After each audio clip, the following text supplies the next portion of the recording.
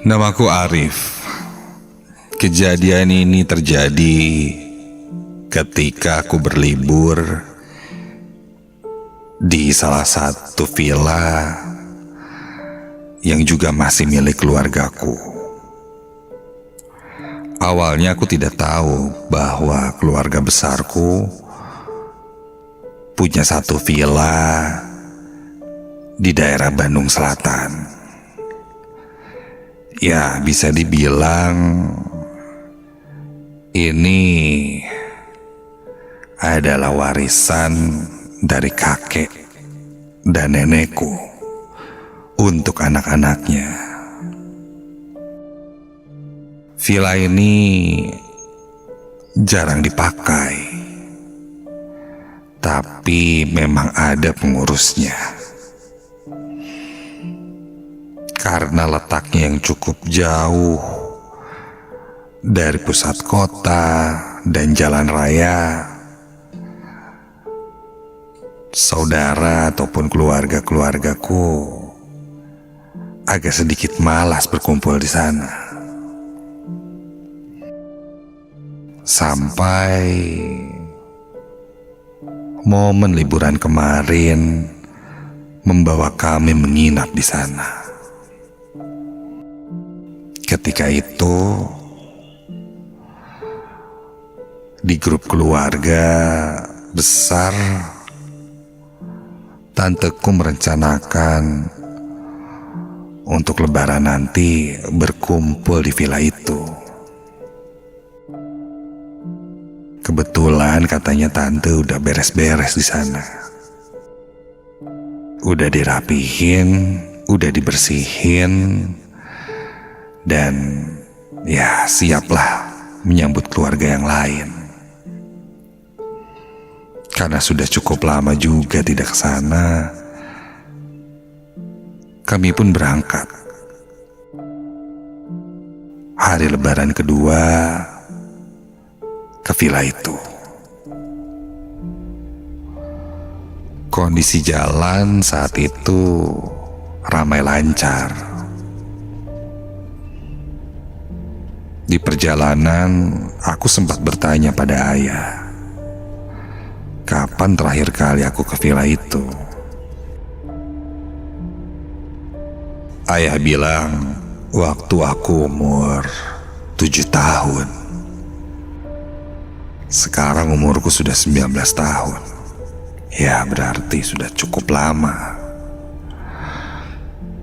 Aku mengingat-ingat kembali dan bertanya pada ayah,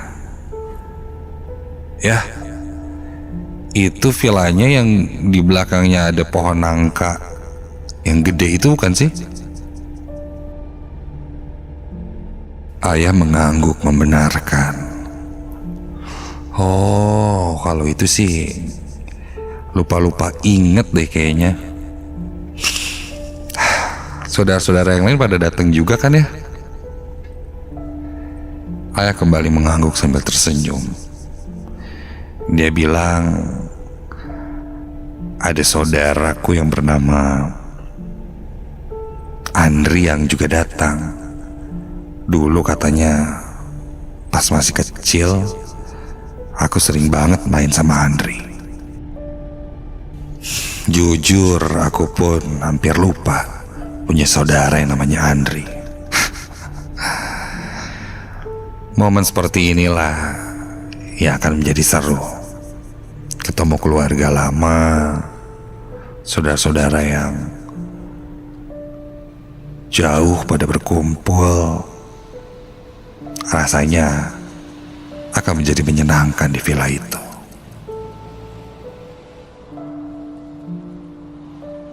Singkat cerita, mobil kami sampai di villa.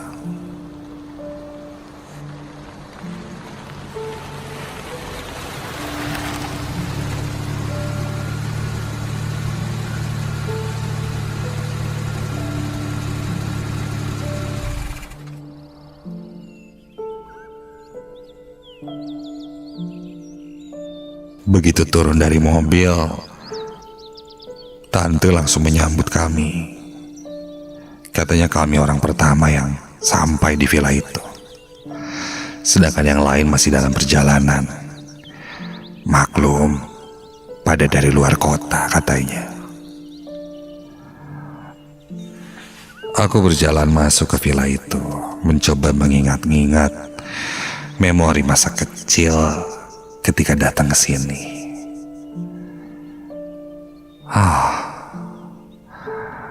Rasanya tidak banyak berubah dari dulu. Sebuah villa yang berbentuk rumah. Rumah ala-ala tahun 70-an. Agak retro sih.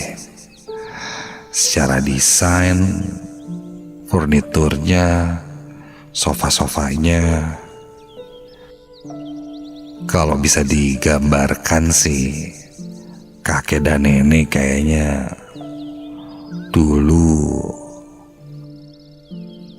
orang yang kelas banget. Barang-barangnya bagus, tertata rapih. Kalau anak-anak zaman sekarang sih bilang old money.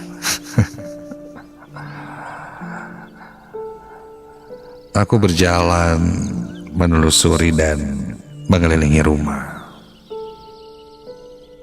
Rumah ini cukup besar. Ada 2 lantai. Di lantai pertama ada sekitar 4 kamar.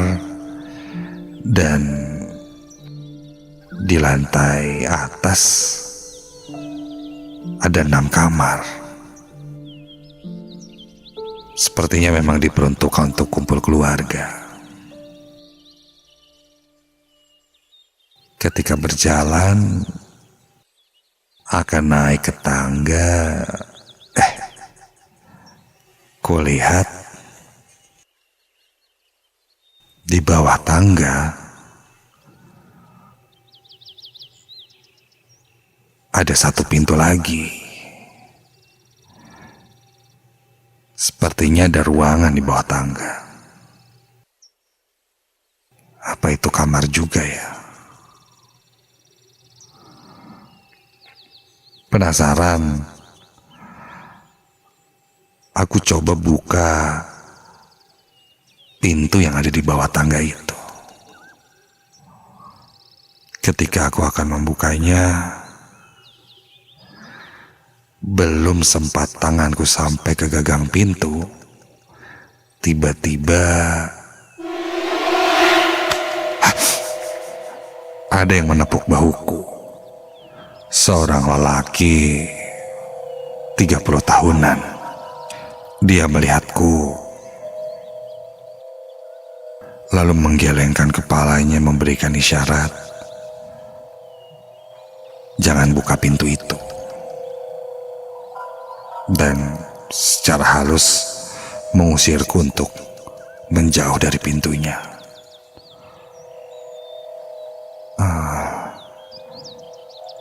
Itu siapa ya?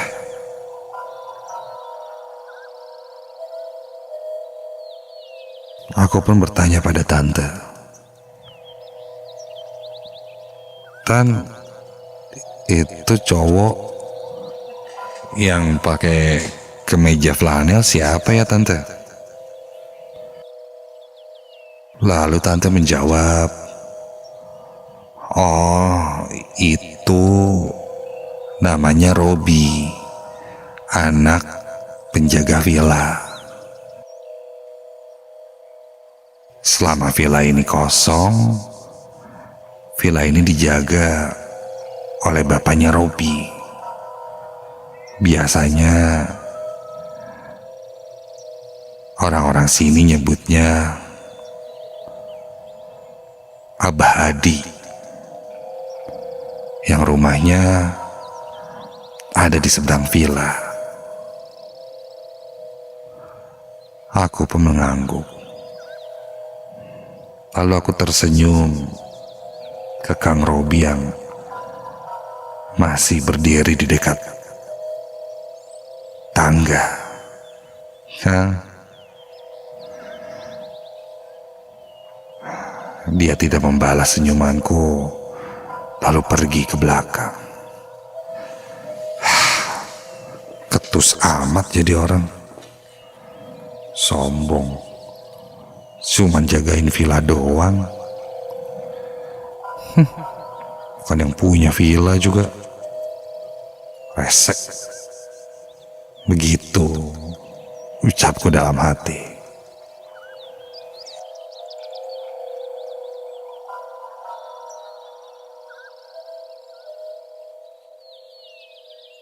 Waktu berlalu, akhirnya saudara-saudara pun berkumpul. Acara keluarga berjalan sangat ramai.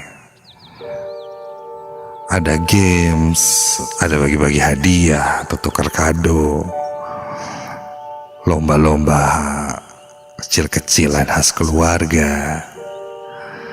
Sampai akhirnya malam semakin larut.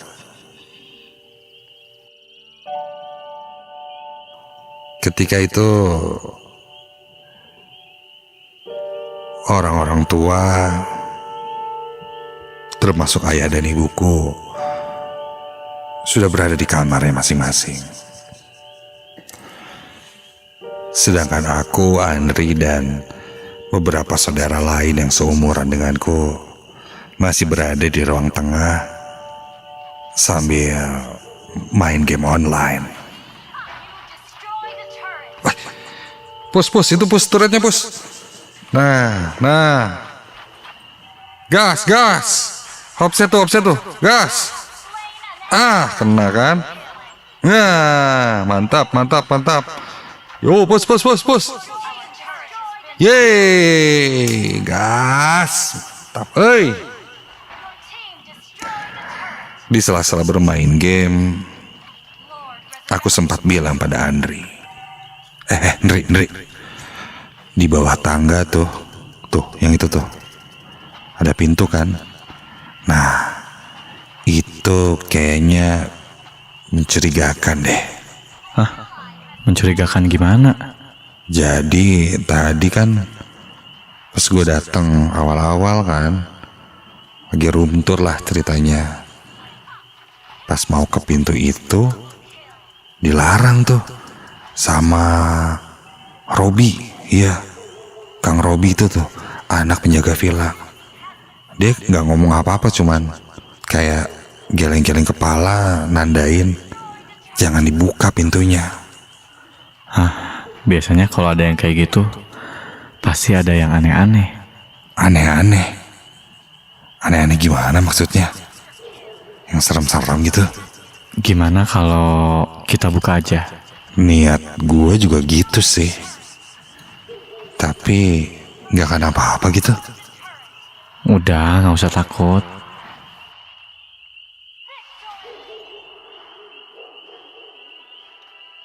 Aku dan Robi pun beranjak dari ruang tengah menuju tangga.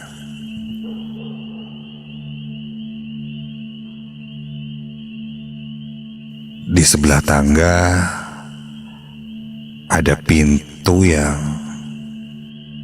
terlihat sangat tua. Rasanya sih seperti tidak pernah dibuka pintunya. Lebih kotor daripada yang lainnya. Rasa penasaran membawa kami ke sana. Dalam hatiku sih, palingan juga gudang. Andri mulai mengambil ancang-ancang untuk membuka pintu. Dia sudah memegang gagang pintunya dan tinggal menarik untuk membukanya. Dan tiba-tiba, astaga, ada yang menepuk bahuku. Dan ketika kulihat ke belakang, Kang Robi bikin kaget aja. Itu Kang Robi kembali memergokiku, berada di dekat pintu sebelah tangga. Kenapa, Kang? Dia melihatku dan Andri. Awalnya kupikir dia akan membentak kami. Namun, dia lalu bicara pada kami sambil sedikit tersenyum. Boleh kalian di sini mau main atau mau begadang, tapi ingat Aa nitip satu, pintu itu jangan dibuka. Emangnya kenapa, Kang? Kalau dibuka, isinya apa sih? Udah, jangan banyak tanya kamu. Kamu mah gak akan ngerti. Bisa aja sih Akang. Akang tinggal bilang kan, jangan ke situ, kotor atau gudang atau apa kek. Nggak usah sosok misterius gini lah, Kang. Ini bukan bercanda, ini serius. Jangan buka pintu itu ya. Begitu kata Kang Robi, mewanti-wanti kami sambil pergi meninggalkan kami.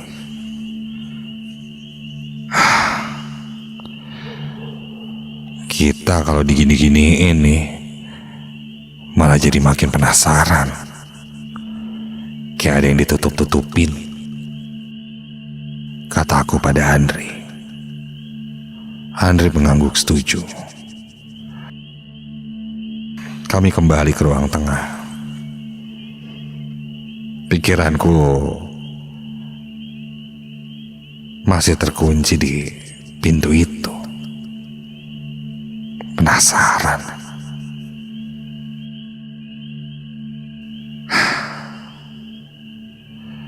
Udah Andri, kita buka aja yuk.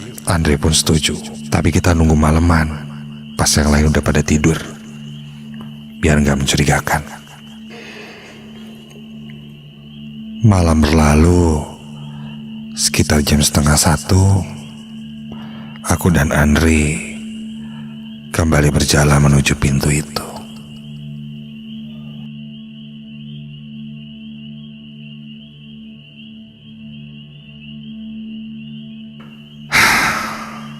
Yuk. Aku memegang gagang pintunya dan mulai membukanya perlahan.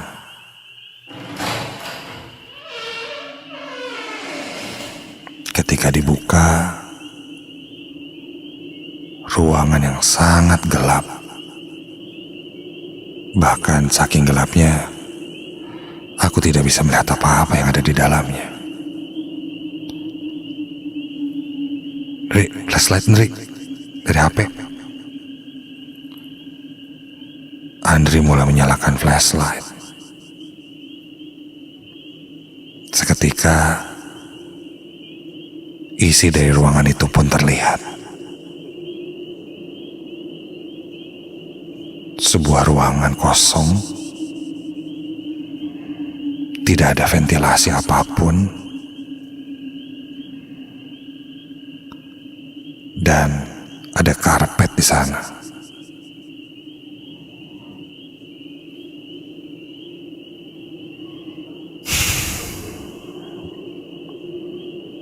Ini ruangan apaan kosong kayak gini? Ruangannya tidak terlalu besar. Mungkin hanya 3 kali 3 meter.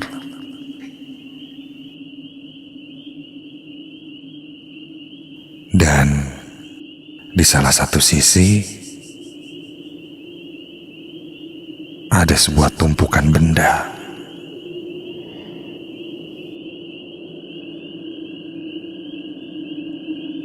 Aku mendekatinya. Sini, HP. Dan ketika ku sorot bendanya, apaan nih? Tumpukan kain berwarna putih. Ku pegang, kayaknya agak kasar.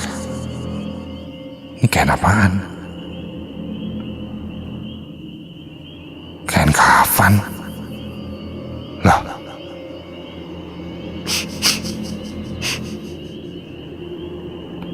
Dan kini tiba-tiba menyeruak bau busuk. Dan seperti bau rambut terbakar. Bu, dari mana nih?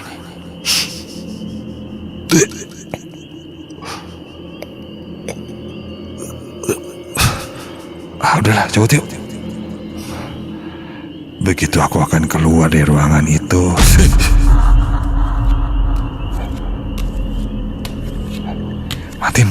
matiin. Aku mendengar suara langkah kaki yang mendekat. Aku meminta Andri mematikan lampu flashlightnya.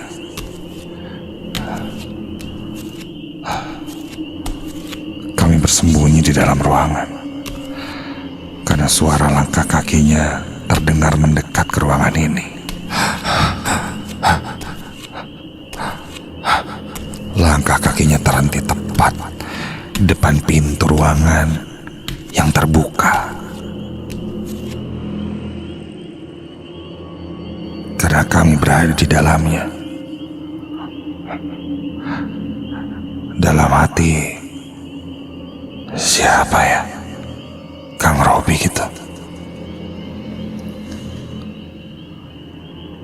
Lalu tiba-tiba terdengar pintu ditutup. Ditutup pintunya.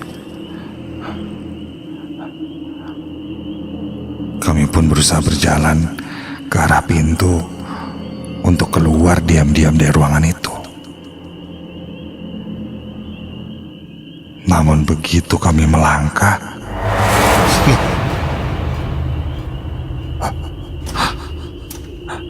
terasa ada yang memegang pergelangan kakiku.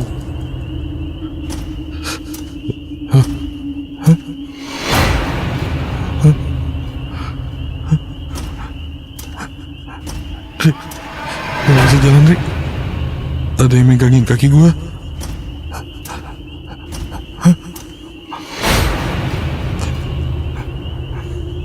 Terasa sebuah jari-jari dingin memegang pergelangan kakiku. Ini apaan, Rik? Dan ketika ku sorot dengan flashlight, astaga, sebuah tangan pucat memegang kakiku. Dan kini terdengar suara tangisan yang menggema di ruangan ini. Tangisan kesakitan, seperti meminta tolong, dan itu tangisan wanita.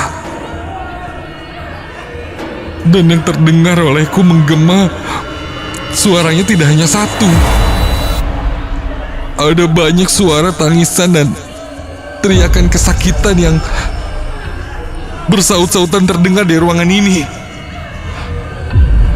Dan saat itu aku tersadar, loh, Andri sudah tidak berada bersamaku lagi. Andri.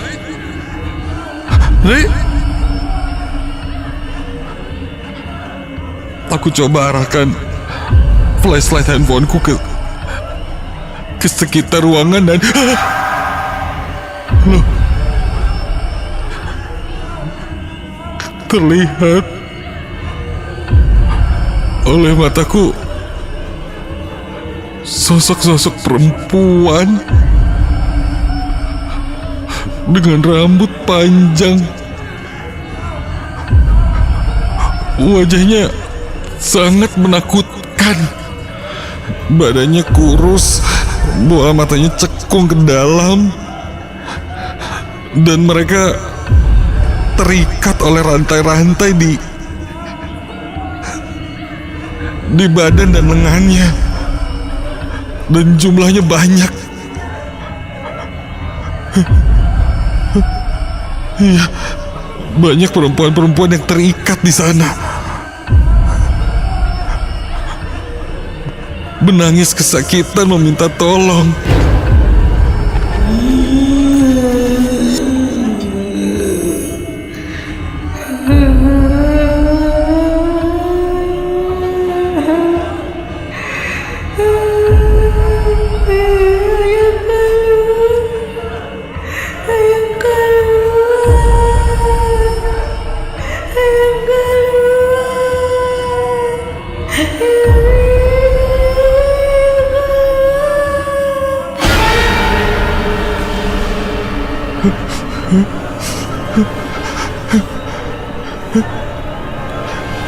Mereka terikat oleh rantai hingga tangannya menghimpit ke badannya. Rantainya menggulung di sekitar badan, dan mereka berdiri berjajar dengan jumlah yang banyak, hampir memenuhi ruangan itu. Sosok perempuannya berbeda-beda. Ada yang rambutnya panjang sekali, ada yang tidak beraturan, wajahnya pun ada yang rusak, ada yang bentuknya sudah tidak karuan. Ini apa? Kakiku lemas sekali. Sampai ketika aku menengadahkan kepalaku ke atas, langit-langit ruangan ini rasanya semakin tinggi dan jauh. Dan dari atasku, aku bisa melihat ada dua bola mata merah dari sosok yang sangat besar menatap ke arahku.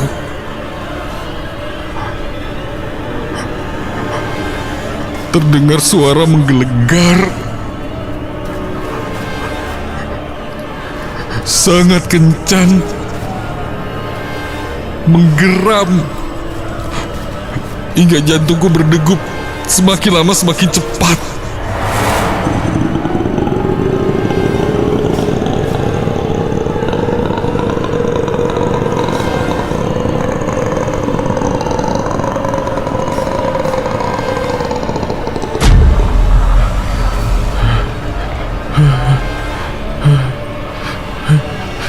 Dan tiba-tiba terlihat sebuah tangan besar dengan kuku-kuku yang panjang, seakan-akan akan mengambilku. Iya, sosok besar itu mencoba mengambilku dan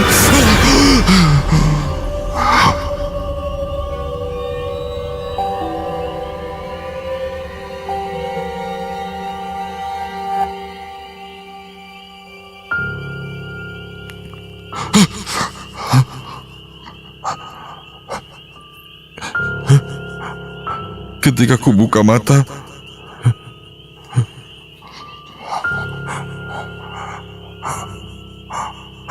aku melihat Andri sedang berusaha membangunkanku. Di situ ada Kang Robi dan juga seseorang yang sudah cukup tua. Sepertinya itu bapaknya Kang Robi. Kang Robi melihatku. Kata saya kan jangan dibuka, jadi repot kan urusannya. Udah sana. Andri langsung membawaku menjauh dari ruangan itu.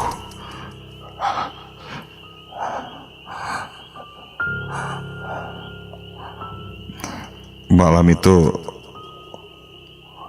kekacauan membuat keluargaku yang lain bangun dan kami pun berkumpul bersama. Aku lihat Abah, bapaknya Kang Robi, dan Kang Robi seperti sedang membereskan sesuatu yang sifatnya supranatural. Lalu kembali menutup pintu itu.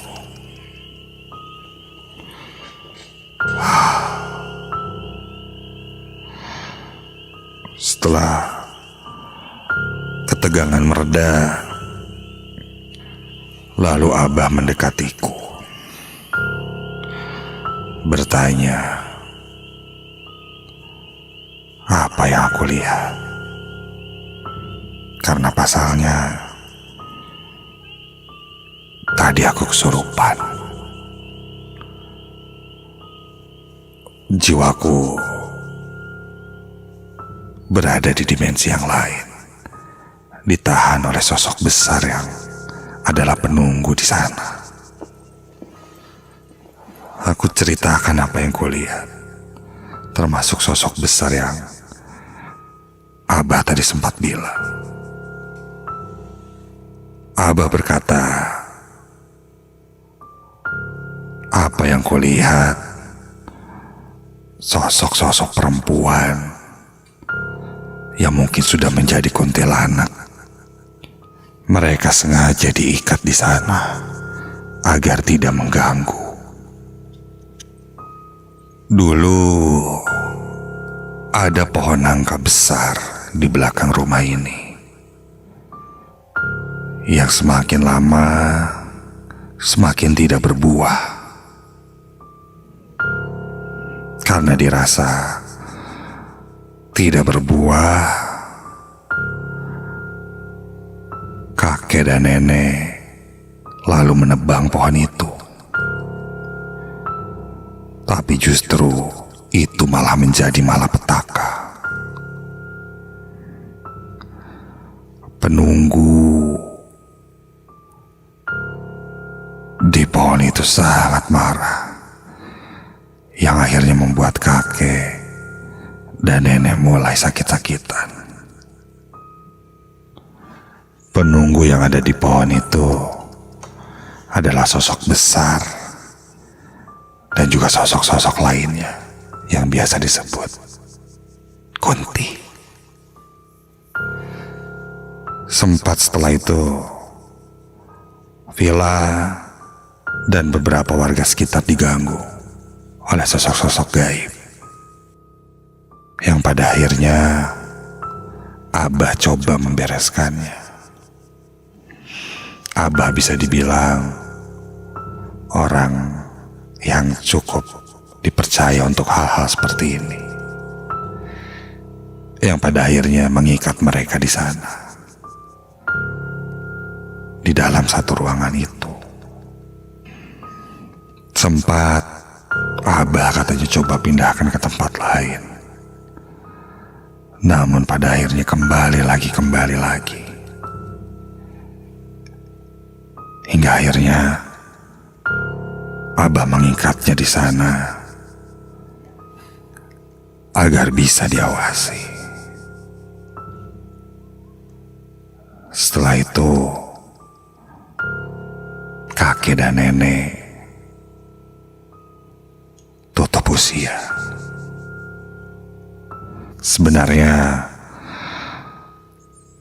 keluarga dan saudara-saudaraku, termasuk orang tuaku, tahu dengan hal ini. Namun karena sudah lama tidak kesini,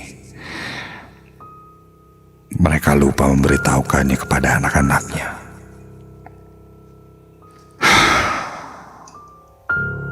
Aku pun meminta maaf atas kelakuan dan kesompralanku itu. Untungnya semua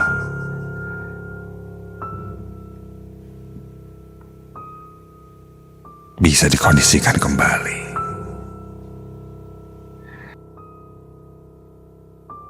Setiap keluarga pasti mempunyai ceritanya masing-masing.